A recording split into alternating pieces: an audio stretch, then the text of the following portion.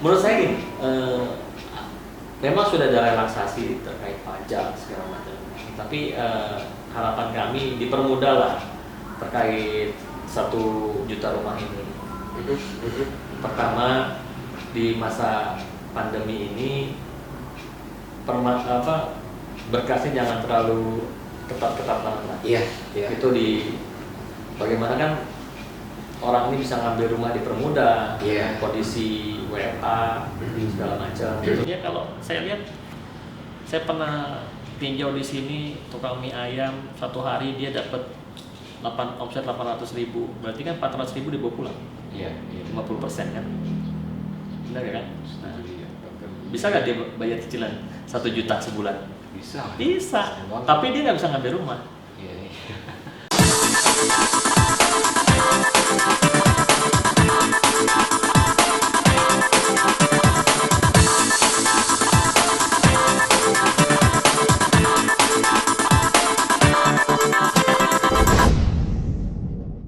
Hari ini kita podcast yang kesekian kali Property Insight berada di Karawang, tepatnya di proyek PT Nusantara Almazia. Almazia, betul. Nama proyeknya Kang Dedi? Oh ya, ini Kang Dedi. Saya biasanya menyapa Kang Dedi, nama lengkapnya Dedi Indra Setiawan. Bisa jelaskan Kang, ini kita berada di mana? Hari ini kita berada di Karawang, letaknya di Kecamatan Majalaya, di Desa Lemah Mulia, di perumahan Serasi Indah. Serasi Indah. Ya, ini kalau lebih terkenalnya ini disebut CKM 2. CKM 2. Ya, ini proyek kami yang kedua. Gitu. Proyek kami yang luasnya kedua sekitar 90 hektar. 90 hektar. Tapi ini juga proyek terbaru berarti ya? Ya, terbaru dari Nusantara. Dari Nusantara. Ini proyek dari anak perusahaan Nusantara Almazia. Oh iya. Oke. Kapan nih Kang bisa ceritakan awal proyek ini berdiri, mulai dipasarkan, kondisinya sekarang, terus sampai mungkin dihantam dampak pandemi nggak sih seperti yang lain? Gitu. Oh iya. Jadi ini kami sudah menyiapkan izinnya sebenarnya dari tahun 2017 kami siapkan izinnya, pembebasan, penyiapan sertifikat, terus kemudian pembentukan lahan, kami bangun tuh mulai pembentukan lahan selesai di 2019. Kemudian kita bangun dan akad kredit start di Januari 2020. Mulai dipasarkan ya? Dipasarkan sebelumnya dari 2019 pada saat pembentukan kapling sudah kami pasarkan. Gitu. Kami bangun untuk tahap pertama kami bangun 500 unit Kang. 500 unit terjual FPP. Sudah kurang sisa 170 lagi. Sisa 170 lagi. Akhirnya ada target direvisi atau gimana nih? Ada dampak pandemi? Ya sebenarnya kalau nggak lihat sebelum COVID ya kita target ini 1.000 lebih lah. 1.000 lebih tahun ini. Dalam 1 tahun? 1 tahun.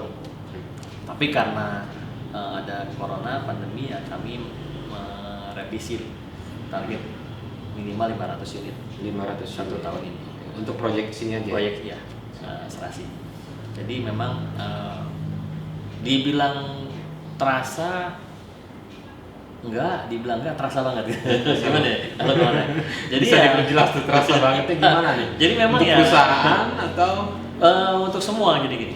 Pada memang yang kita kalau lihat di properti kan yang masih bisa berjalan agak enak nih di program subsidi ya. Rumahnya satu program 1 juta rumah Pak Jokowi. Nah, kami kan sebagai pengembang yang bermain di rumah subsidi, kita fokus. Nah, itu sebenarnya kemarin sempat optimis dengan adanya FLPP ditambah ada SSB, tapi ya Tuhan berkehendak lain, ada pandemi ini kan siapa yang menyangka. Cuma hanya saja secara penjualan memang awalnya ya berat, tapi mulai kemari ada peningkatan setelah lebaran ada peningkatan. Tapi juga problemnya adalah hari ini di masa COVID ini bagaimana sih diperbankannya nih kan kita kami ini kan bukan hanya sampai konsumen booking segala macam, tapi bagaimana konsumen tersebut bisa akad kredit gitu. Nah, ada ini kan stakeholder yang lain ya.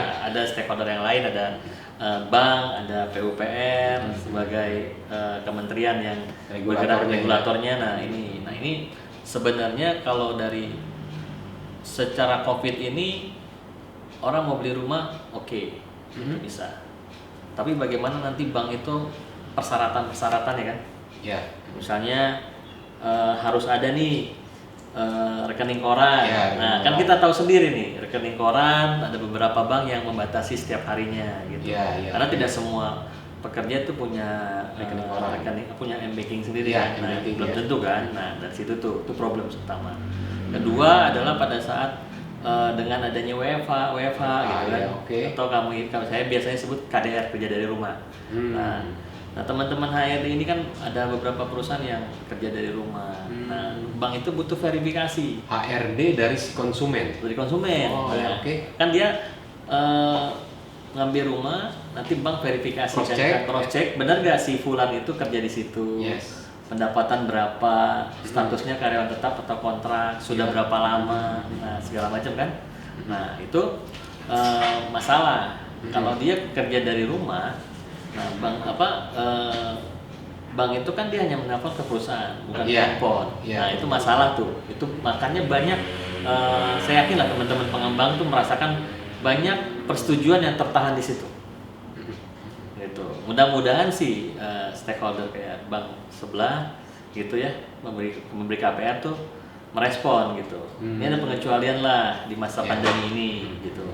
Nah ini oke lah, misalnya pakai handphone gitu segala macam. Kami berharap sih seperti itu karena ini jadi Tapi suatu problem. realitanya tidak seperti itu. Realitanya sih belum, karena kita belum bicara karena memang takut juga sih ada oknum yang memang memberikan bisa aja terjadikan kong-kali-kong gitu ya. Memang kami paham sih dari bank seperti itu.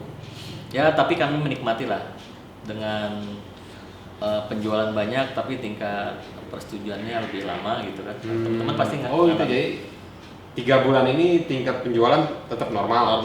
Tapi kami persetujuan banknya tuh ya lama. Tapi bukan karena memang banknya lama, karena memang ada prosedur yang harus mereka lalui dan itu wajar sih kalau prosedur bank seperti itu. Nah, memang harus kita cari solusinya nih. Mudah-mudahan dari bank pemberi KPR kita duduk bareng ya dengan para asosiasi ya.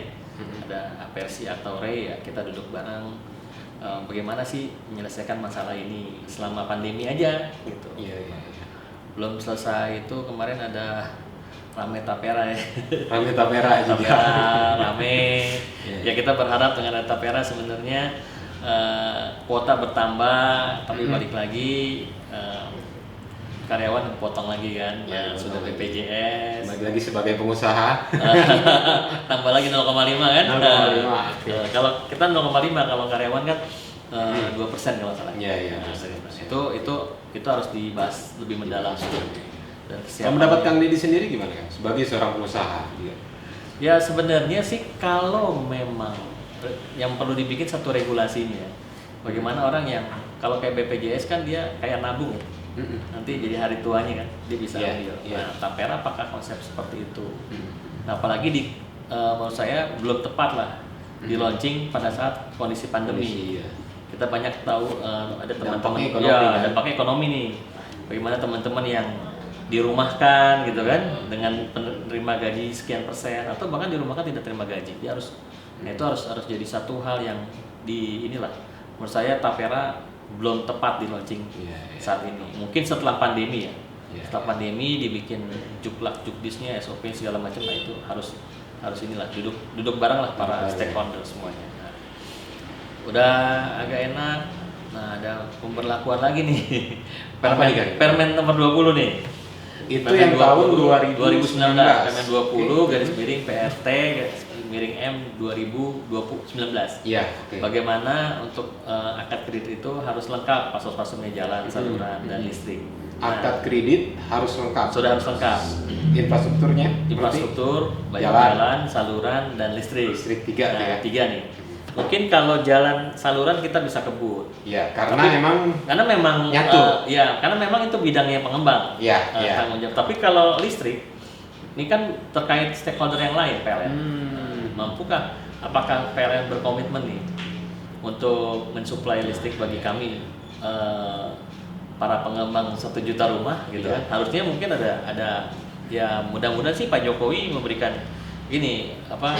stimulus lah, khusus pengembang FLPP atau subsidi diduluin gitu kan. Diduluin, Nah, oke. itu lebih enak buat kita. Nah, ini yang sangat terasa nih. Atau menurut saya lebih elok untuk hal seperti itu di setelah pandemi lah. Kita juga mungkin kita harus evaluasi lagi, PLN kan juga ada keterbatasan Setuju. segala macam. Nah, apalagi kan ya kalau dilihat, kalau saya ngebaca secara globalnya ya, banyak kan listrik disubsidi dikurangi, Iya. terus bisa penundaan segala macam ya, Iya, dari iya, pabrik kan udah bayar murah segala macam. Nah ini kan PLN juga terkait dia harus beli barang segala macam. Nah ini jadi suatu hal yang ini. Kalau menurut saya sih jadi lucu nih Kang Mamen. Soalnya yang ditakutkan pengembang itu bukan dari diri mereka sendiri, Pihak lain, nah, dari pihak lain dan PLN tanda kutip betul, BUMN. BUMN. Nah ini kan masalahnya pasti begitu kita rumah kita bisa bangun cepat gitu. Tapi pada saat Emang nggak udah ada, bidangnya ya, kerjaannya. pada saat listrik nggak masuk kita nggak bisa akad. Nah, bagaimana ini kan berkelangsungan terhadap perusahaan kami, betul nggak? Perusahaan, konsumen. Kejelasan. Kemudian kalau perusahaan yang ada pinjaman di bank, ya kan keterlangsungan bayar kredit-kredit KYG KPL, nah itu masalah nyambung. Nah, mudah-mudahan sih ya dari Kementerian PUPR menunda hal seperti ini sampai, kalau saya sih berharap setelah pandemi lah. Jadi kami para pengembang mempersiapkan nih sekarang gitu, jangan langsung di seperti itu, lagi pandemi seperti ini ya kasih stimulus kami lah nanti. Sekarang tidak diberlakukan, nanti di mungkin Januari tahun 2021. Sebenarnya konsepnya bagus, Ya, bagus kan, bahwa orang ujungnya konsumen lah. ya konsumen, bagus konsep yang permen ini, bagus isinya bahwa harus ada jalan, ada saluran, ada listrik. Nah ini kan mencegah untuk pengembang yang nakal ya, yang dia ngerjain segala macam, nanti berlarut-larut. Nah ini bagus sebenarnya, tapi apakah pihak ketiga ini siap gitu untuk mensuplai listrik ke kami gitu, seperti itu. Karena memang ya di kami juga terjadi kendala gitu, jujur aja. Padahal banyak cerita, ini dari pengembang, kadang mereka beli tiangnya sendiri, listriknya. Bener nggak sih Kang? Benar. Itu kalau kita kayak proyek di coba- belakang ini dari perusahaan sendiri atau gimana? Enggak, kita kebetulan kami di tempat PLN kita sudah present nih. Present. Jadi pada saat kita mau mulai project, kita present ke PLN bahwa akan ada project ini, nanti PLN menyiapkan ini kuotanya sekian, kan mereka pakai budget, nanti kebutuhannya tahun ini berapa segala macam mereka siapkan. Nah kalau yang model beli tiang, beli trafo, dia pengen cepat. Pengen cepat. Atau dia tidak mempresent ke PLN menjelaskan bahwa ada project baru segala macam. Ya saya harusnya memang setelah kita mau keluar izin, kita minta izin dulu kan ke PLN bahwa kita mau bikin project, minta disuplai listriknya dengan kapasitas perumahan kita. Misalnya di saya ini kan 9.000 unit kurang lebih. 9.000 unit. Dengan jangka waktu perkiraan 5 sampai 6 tahun gitu kan selesai. Nah, tinggal dibagi ya. Berarti PLN harus siap tuh mensuplai seperti itu. Nah, ini problem kan kalau tidak disampaikan ketersediaan KWH segala macam kan juga masalah gitu. Kang, imbas dari Permen 20 ini apa sih? Ya, Apa yang keganggunya? kemarin sih di lapangan realnya, jadi pengembang sudah mau angkat ya tertahan. Ya, kan? Dan merasakan sendiri. Oh, saya belum. Tapi kan kami mengintip nih. akan datang nih gitu. Jadi kami sudah siap-siap. Harusnya kita akad minggu ini, kita mundur lagi nih, gitu kan. Kita sudah siap-siap nih. Nah sebenarnya kan begitu mendadak ini ada dua psikologi yang terjadi. Pertama, konsumen dia sudah berharap kan pada saat ada pemberitahuan, Pak, besok akad ya suami istri, itu harapan besar. Ketika dia lagi kalau konsumen saya punya rumah nih, akhirnya saya punya udah rumah. bayar gitu kan. Ya, terima kasih Pak Presiden buat program 1 juta rumah, benar nggak? Tapi begitu pas saat mau akad nggak jadi Pak, kenapa? Karena nggak ada yang pulang, dengan rasa kecewa. Nah ini sebenarnya jadi satu problem. Ya, maksud saya dikaji dengan baik lah, bahwa memang ya kita sadar kesiapan semuanya lah. Dengan kondisi seperti ini ya, apalagi listrik jadi permasalahan. Kalau masalah jalan atau saluran itu kan pengembangnya sendiri ya. Dan itu dari developer lain sudah merasakan. Kemarin ramai sih. Ramai. Kita ramai di bank di cabang ini lumayan nih. Gitu. Nggak jadi akad. Sekitaran Kerawang. Ya sekitaran Kerawang tuh, maksudnya nggak jadi akad kan ramai. Dan di teman-teman Apersi sendiri. Teman-teman Apersi udah ramai komennya. Kalau bisa ini minta kita ini. Mudah-mudahan sih ya para pihak kita di Apersi atau asosiasi lain duduk sama PUPR, terus kemudian sama bank terkait regulasi ini, minta relaksasi lah, penundaan waktu di pelaksanaannya. Jadi ya biar semuanya bergerak, apalagi kan properti bergerak lumayan, industri lain kan bergerak. Gitu. Iya, setuju. Dampaknya turunannya kan banyak nih. Kalau enggak itu yang buat rumah komersial aja. Apalagi kan kami sudah ada, kita rumah subsidi ada SLF, rumah komersial ada SLF. Oh, iya. Lebih ribet kan? Lebih ribet aturannya ya. Benar kan? Jadi hantaman di rumah subsidi ini nggak selesai-selesainya dari tahun lalunya. Betul, memang habis gitu kan, ada tiba-tiba aturan ini lagi kan, SLF, model online kan. Model online sendiri ada kendala? Ya kalau si Kumbang si Kasep awalnya aja sih sebenarnya. Bagaimana orang yang biasanya tidak online kita pakai sistem. Itu butuh waktu penyesuaian dan memang tidak bisa langsung dipaksakan. Seperti itu, harus ada tenggang waktunya. Segala sesuatunya itu kan harus gitu. Nah, ini makanya ya kalau si Kumbang si Kasep sih kita udah bisa menyesuaikan lah. Bisa menyesuaikan gitu. Harapannya apa sih bantuan dari pemerintah ini? Ya, menurut saya gini, memang sudah ada relaksasi terkait pajak segala macam. Tapi harapan kami dipermudah lah terkait 1 juta rumah ini. Pertama, di masa pandemi ini berkasnya jangan terlalu ketat-ketat banget. Iya. Itu bagaimana kan orang ini bisa ngambil rumah dipermudah, kondisi WFA segala macam. Terus kemudian juga ya saya berdasarkan pengalaman di FLPP ya, itu kalau konsumen FLPP orang udah punya rumah pertama tuh biasanya nggak mungkin dilepas. Karena ini kebutuhan pokok kan, dan hak dasar. Ini yang jelas. Tapi tidak didukung. Masalahnya sebenarnya dengan program 1 juta rumah ini bagus. Daripada orang kontrak, mendingan dia bayar rumah subsidi kan. Ya walaupun kecil, nanti dia akan bangun rumah tumbuh. Nah seperti itu. Nah ini juga memang sebenarnya relaksasi yang lebih, kalau saya bilang lebih rileks lah. Contohnya? Ya kalau saya boleh minta sih lebih enak ya. Pertama kemarin sudah dikabulkan tuh. Kami di Kabupaten Kerawang tuh kemarin nggak bisa jalanin FLPP. Oh gitu. Kenapa? Karena gaji pokok sudah 4,5 lebih. Oh iya. Alhamdulillah pemerintah memberikan relaksasi sampai 8 juta kan, take home pay kan. Nah, itu agak membantu kami nih, 8 juta. Kemudian ya kayak rumah pertama, menurut saya kayak banyak persyaratan itu sebenarnya harus dipangkas lah. Terus kemudian juga ya yang kita minta ini gitu, yang orang nggak bankable. Ya kan? Berarti orang yang punya kayak pedagang gitu ya. Iya, pedagang bakso. Sebenarnya mereka mampu. Lalu gerobaknya ada 10 gitu. Iya.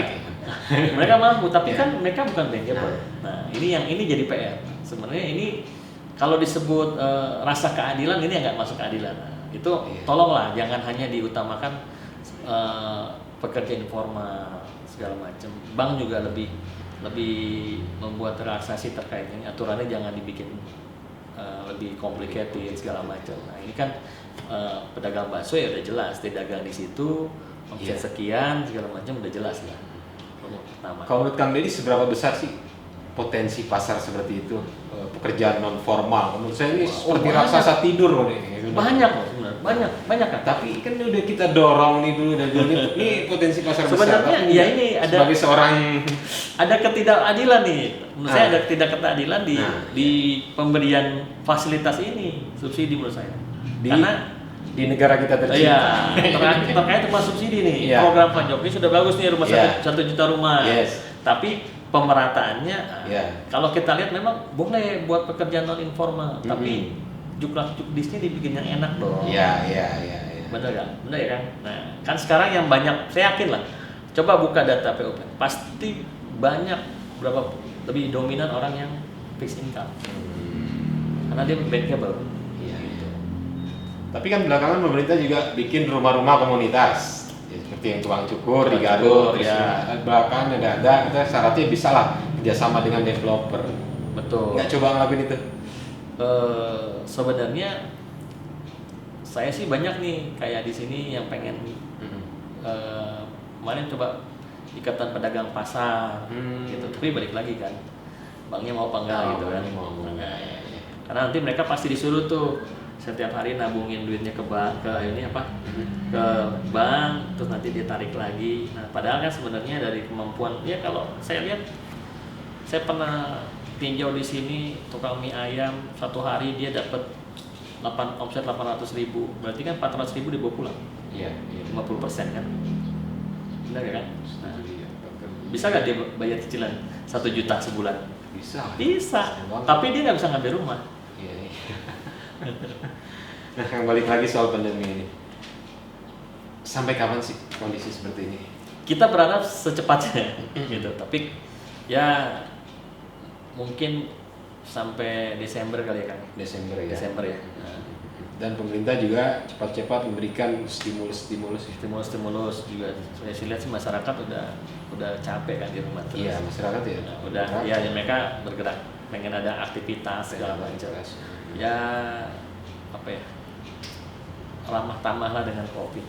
Tapi dengan tetap prosedur COVID-nya dijalani ya. Gitu. Kalau enggak kita makin terpuruk kalau gitu. Terus terkait perusahaannya. Next selain di sini di mana lagi nih? Kayaknya ada di Tangerang, ada di mana? Konsep buat komersil kayak ada juga ya? Iya, di komersil ada di Tangerang. Cuman sekarang kita lagi konsen di Tangerang nanti beberapa tahun lagi lah. Beberapa tahun lagi. Tapi kita lagi konsen di rumah subsidi dulu. Rumah subsidi. Sambil melihat potensi. Tapi di sini juga sebenarnya di Karawang juga kita punya rumah non subsidi. Oh, rumah non subsidi. Ada sekitar harga landed harga 300 juta sampai 400 juta. Itu juga jalan tapi walaupun slow. Di Karawang ada berapa proyek? 9 ya? Enggak nyampe. Ya. Tapi CKM City 1, kita cuma sebutnya 2 sih, CKM City 1, cuma CKM City 2. Tapi di CKM City 1 ada beberapa perumahan. Oh iya. Dan itu yang besar ya? CKM City 1 kan kurang lebih ada 171 hektar. 171 hektar. Ya. Total unitnya itu?